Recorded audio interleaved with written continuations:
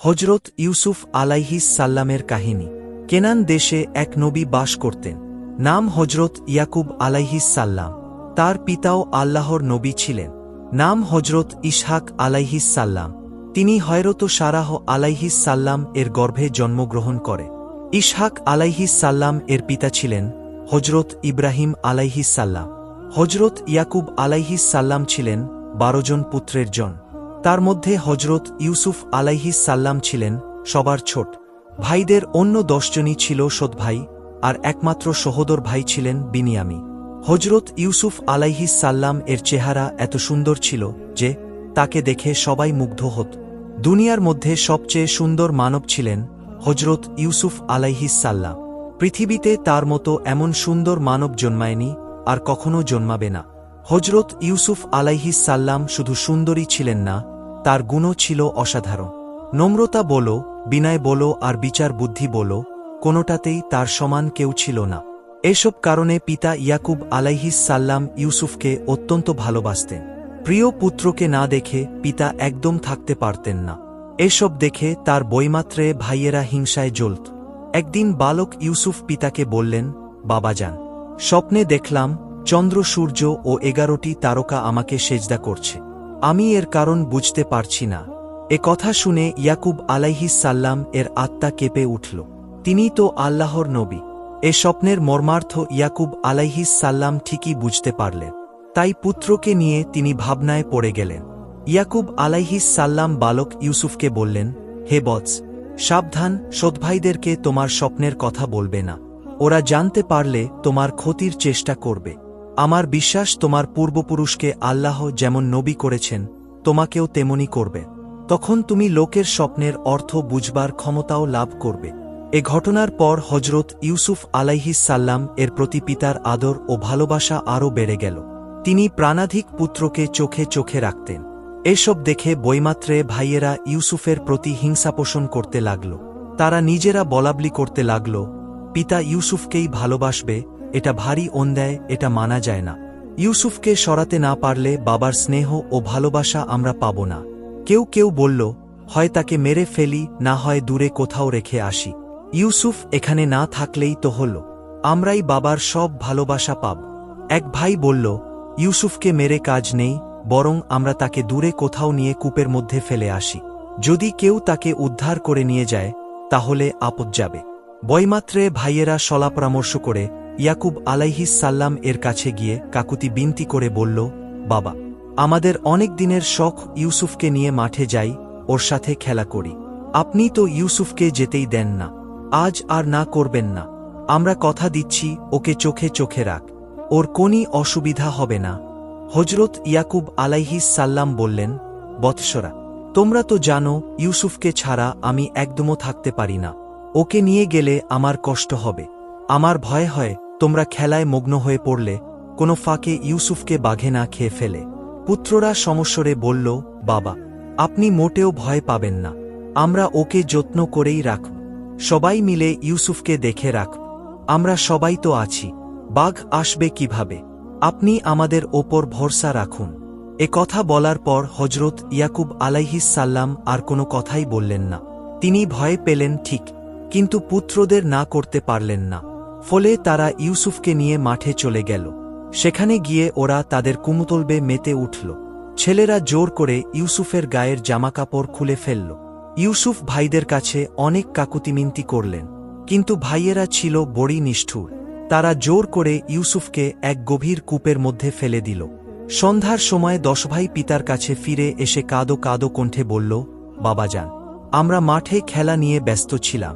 আমরা ছোটাছুটি করছিলাম। ইউসুফ তো ছোট, সে দৌড়াতে না পেরে এক জায়গায় ঠায় দাঁড়িয়েছিল। এই সময় একটি বাঘ এসে পড়ল, আর বাঘটি ইউসুফকে ধরে খেয়ে ফেলল। আমাদের বিশ্বাস করুন, আমরা মোটেও মিথ্যা বলছি না। বিশ্বাস না হয় এই দেখুন ওর নমুনা। এ কথা বলে দুষ্ট ছেলেরা রক্তমাখা একটি জামা পিতাকে দেখাল।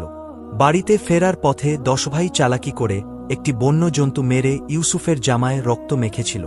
পিতার বিশ্বাসের জন্য এটি ইয়াকুব আলাইহিস সাল্লামকে তারা দেখাল। ছেলেদের কথা ইয়াকুব আলাইহিস সাল্লাম এর বিশ্বাস হল না। তিনি বললেন, তোমরা আমাকে মিছে বুঝাবার চেষ্টা করছ। নিশ্চয়ই তোমরা কোনো চালাকি করছ। আমার ইউসুফের তোমরা ক্ষতি করেছ। এখন ধৈর্যধারণ করা ছাড়া আমার আর উপায় কি? দয়াময় আল্লাহ যেন আমাকে ধৈর্য ধরার শক্তি দেন। এদিকে বালক ইউসুফ আলাইহিস সাল্লাম এর কি হল? গর্তের মধ্যে পড়েও তিনি ব্যথা পাননি। সেখানে তার কোনো অসুবিধা হয়নি, কেননা আল্লাহ তার প্রিয় বান্দা ইউসুফকে সব রকম সাহায্য করেছে। তিনি তার নিরাপত্তার ব্যবস্থা করেছে।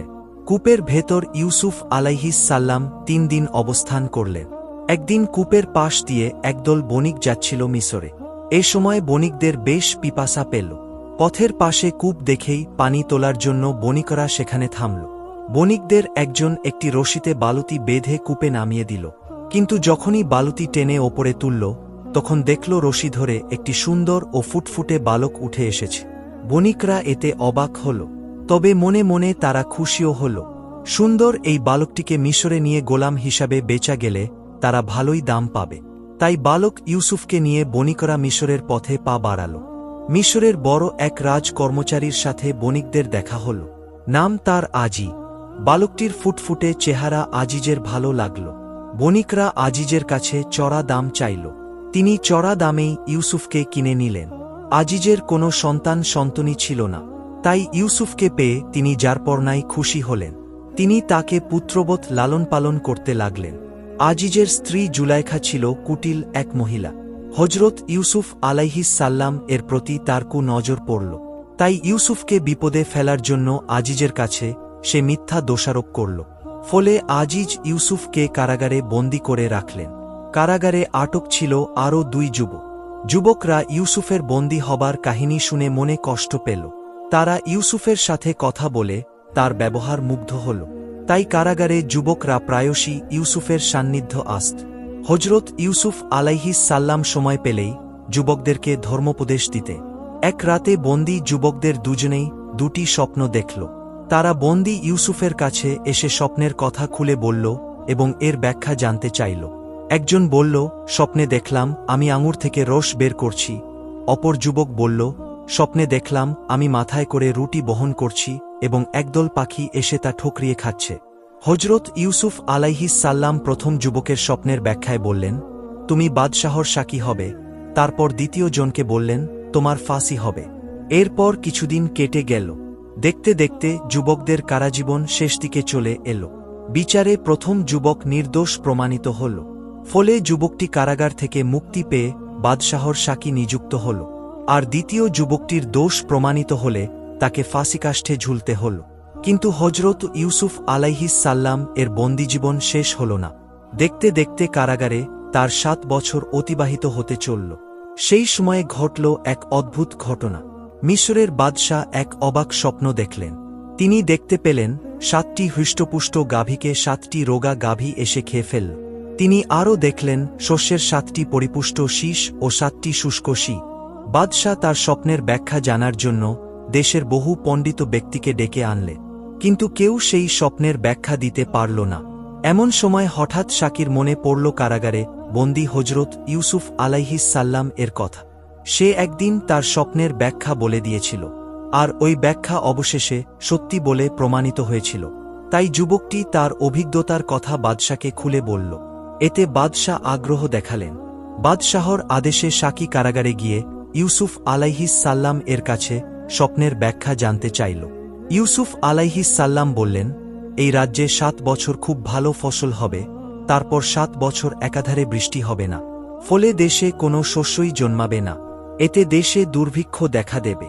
সুতরাং প্রথম 7 বছরের শস্য হতে শস্য জমা করে রাখতে হবে, তা না হলে দেশে দুর্ভিক্ষ দেখা দেবে এবং এতে অনেক মানুষ মারা যাবে। শাকি স্বপ্নের এই ব্যাখ্যা বাদশাহকে গিয়ে শোনালে তিনি এমন চমৎকার ব্যাখ্যা শুনে অবাক হলেন। তিনি জানতে পারলেন স্বপ্নের ব্যাখ্যাকারী মানুষটি দীর্ঘদিন জেলে বন্দী আছে। বাদশাহ খোঁজখবর নিয়ে নিশ্চিত হলেন বন্দী ইউসুফ আলাইহিস সাল্লাম সম্পূর্ণ নির্দোষ। তাই তিনি হজরত ইউসুফ আলাইহিস সাল্লামকে মুক্ত করার ব্যবস্থা নিলেন। তারপর তাকে মিশরের খাদ্যমন্ত্রী নিযুক্ত করলেন। পরে তিনি দেশের প্রধানমন্ত্রীর দায়িত্ব পালন করেন। মিশরের বাদশাহ ইউসুফ আলাইহিস সাল্লাম এর সততা, নিষ্ঠা ও কর্মকুশল দেখে অত্যন্ত খুশি হলেন। রাজ্যের সকল ভার তার ওপর অর্পণ করলেন। দেখতে দেখতে 7 বছর কেটে গেল। ইউসুফ আলাইহিস সাল্লাম এর সুব্যবস্থাপনায় এই 7 বছরে প্রচুর খাদ্যশস্য জন্মাল। তিনি পরের 7 বছরের জন্য খাদ্য জোগাড় করে রাখলেন। অবশেষে আকাল শুরু হল, বৃষ্টি বন্ধ হয়ে গেল, ফলে মাটি শুকিয়ে পাথরের মতো কঠিন হল। প্রখর রোদে মাটি ফেটে চৌচির হল, বৃক্ষলতা মরে গেল, এমনকি একটি ঘাসও বেঁচে রইল না। এতে প্রাণীদের বাঁচানো কঠিন হয়ে পড়ল। সারা দুনিয়ায় হাহাকার পড়ে গেল, অথচ মিশরের কোনো প্রভাব পড়ল না। খাদ্যশস্য জমা থাকায় মিশরের মানুষ, এমনকি প্রাণীরা পর্যন্ত ঠিক মতো খাবার পেল। শুধু তাই নয়, মিশরের প্রয়োজন মিটিয়ে আরও খাবার বাকি রইল। এই অতিরিক্ত শস্যের খবর দ্রুত চারদিকে ছড়িয়ে পড়ল, ফলে বিদেশিরা শস্যের জন্য দলে দলে মিশরে আসতে শুরু করল। হজরত ইয়াকুব আলাইহিস সাল্লাম এর 10 পুত্র মিশরে গিয়ে উপস্থিত হল। হজরত ইউসুফ আলাইহিস সাল্লাম তার ভ্রাতাদের দেখে চিনে ফেললে, তবে তারা ইউসুফকে চিনতে পারল না। ইউসুফ আলাইহিস সাল্লাম ভাইদের সাথে কথা বলে তার ছোট সহোদর বিনিয়ামিনের কথা জানতে পারলে। তাই ছোট ভাইকে কাছে পাবার জন্য তিনি এক কৌশল গ্রহণ করলেন। তিনি ভাইদেরকে প্রচুর খাদ্যশস্য দিলেন এবং তাদেরকে বললেন, আমি তোমাদেরকে খাদ্যশস্য দিচ্ছি, তোমরা আরও শস্য পেতে হলে তোমাদের একজনকে আমার কাছে জামিন রেখে যাও। তোমাদের যে ভাইটি বাড়িতে আছে তাকে নিয়ে এলে তোমাদের প্রচুর খাদ্যশস্য দেব এবং তোমাদের এই ভাইকে ছেড়ে দেব। ইউসুফ আলাইহিস সাল্লাম এর কথায় সবাই রাজি হল। ইউসুফ আলাইহিস সাল্লাম সেবায়ত্ন করে ভাইদের খাওয়ালেন এবং তাদেরকে প্রচুর খাদ্যশস্য দিলে। ভাইদের কাছে শস্য বিক্রির যে অর্থ পাওয়া গেল তাও ইউসুফ আলাইহিস সাল্লাম লুকিয়ে খাদ্যের বস্তার মধ্যে ভরে দিলে। নিজ দেশে কেনানে ফিরে ছেলেরা বাবা ইয়াকুব আলাইহিস সাল্লাম এর কাছে সব কথা খুলে বলল। তারা আরও বলল, বাবা, মিশরের মন্ত্রী আমাদের এক ভাইকে রেখে দিয়েছে। আমরা যদি বিনিয়ামিনকে মিশরে না নিয়ে যাই তাহলে তিনি আর খাদ্যশস্য দেবেন না। ছেলেরা এবার বাড়িতে গিয়ে শস্যের বস্তাগুলো খুলল। তখন শস্যের সাথে তাদের টাকাগুলো দেখে তারা অবাক হল। বাদশাহর অসীম করুণা দেখে তারা যারপরনাই বিস্মিত হল। তারা ভাবল, বিনিয়ামিনকে নিয়ে যেতে পারলে এই মহান বাদশাহর কাছ থেকে আরও বেশি শস্য পাওয়া যাবে। কিন্তু ইয়াকুব আলাইহিস সাল্লাম বিনিয়ামিনকে মিশরে পাঠাতে রাজি হলেন না। ছেলেদের অনুরোধে তিনি শেষমেশ রাজি হলেন। একদিন তারা বিনিয়ামিনকে নিয়ে মিশরের বাদশাহর নিকট হাজির হল। বিনিয়ামিনকে পেয়ে ইউসুফ আলাইহিস সাল্লাম যেন 7 রাজার ধন হাতে পেলে। ইউসুফ আলাইহিস সাল্লাম ভাইয়ের কাছে তার পরিচয় প্রকাশ করলেন। তিনি অপরাপর ভাইদের কাছে তার পরিচয় গোপন রাখার জন্য বিনিয়ামিনকে বললেন। এরপর ইউসুফ আলাইহিস সাল্লাম ভাইদেরকে প্রচুর খাদ্য দিলে। বিনিয়ামিনের বস্তায় চালাকি করে বাদশাহ একটি স্বর্ণের পেয়ালা পুরে দিলে। কিছুদূর যেতে না যেতেই বাদশাহর পাইক পেয়াদারা তাদের কাছে ছুটে গেল। এই দলকে লক্ষ্য করে তারা বলল, হে পথিক, তোমরা দাঁড়াও, নিশ্চয়ই তোমরা চোর। ভাইয়েরা তো হতবাক। তারা বলল, আমরা চোর হতে যাব কেন? বাদশাহ আমাদেরকে খাদ্যশস্য দিয়েছে, আমরা তা নিয়ে দেশে ফিরে যাচ্ছি। এবার লোকেরা দলটিকে বাদশাহর দরবারে নিয়ে গেল। বাদশাহ তাদেরকে ছেড়ে দেয়ার শর্ত হিসেবে বিনিয়ামিনকে মিশরে রেখে যাওয়ার কথা বললেন। তাই করা হল। ইউসুফ আলাইহিস সাল্লাম ভাইকে কাছে পেয়ে খুশি হলেন। এদিকে ভাইয়েরা দেশে ফিরে পিতাকে ঘটনা খুলে বলল। পিতার মন কি আর এসব কথায় শান্ত হয়? ইয়াকুব আলাইহিস সাল্লাম বললেন, তোমরা একটু খোঁজ নিয়ে দেখো আমার ইউসুফ ও ওর ভাইকে পাও কিনা। পিতার আদেশে 10 ভাই মিশর ফিরে গেল। তারা ইউসুফ আলাইহিস সাল্লাম এর সাথে দেখা করল। এ সময় বাদশাহ ভ্রাতাদের কাছে তার পরিচয় প্রদান করলেন। পরিচয় পেয়ে ভ্রাতাদের মন খুশিতে ভরে উঠল। তারা আবেগে ইউসুফ আলাইহিস সাল্লামকে উদ্দেশ্য করে বলল, হে ভাই, আল্লাহ তোমাকে অনেক ওপরে স্থান দিয়েছে, অথচ হায়, আমরা যে ভয়ানক পাপী।